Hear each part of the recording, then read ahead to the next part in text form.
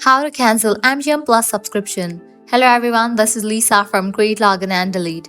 Now let's get started. Launch your settings. At the very top, you're going to find your Apple ID, click on it. Now over here, you're going to find different options. Navigate to the option of subscriptions. Once you're in this page, you're going to find different sections as active and expired. Click on the option of active subscription. Under that, you're going to find list of active subscription. You will also see the option of MGM Plus. Go ahead and click on it. Once you open MGM Plus, at the bottom left of it, you're going to see the option of cancel subscription. Go ahead and click on the option of cancel subscription. You'll get the pop-up confirm cancellation. Click on confirm. And just with that, you have cancelled MGM Plus subscription. Now you won't be charged anymore.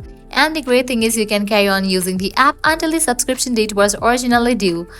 Also, deleting MGM Plus app or account will not cancel your subscription, and subscriptions renew automatically unless you cancel your subscription manually on your own. Well, this is how you can easily cancel MGM Plus subscription. At the end, if you guys find this video helpful, don't forget to like, share and subscribe to our channel. Thanks for watching.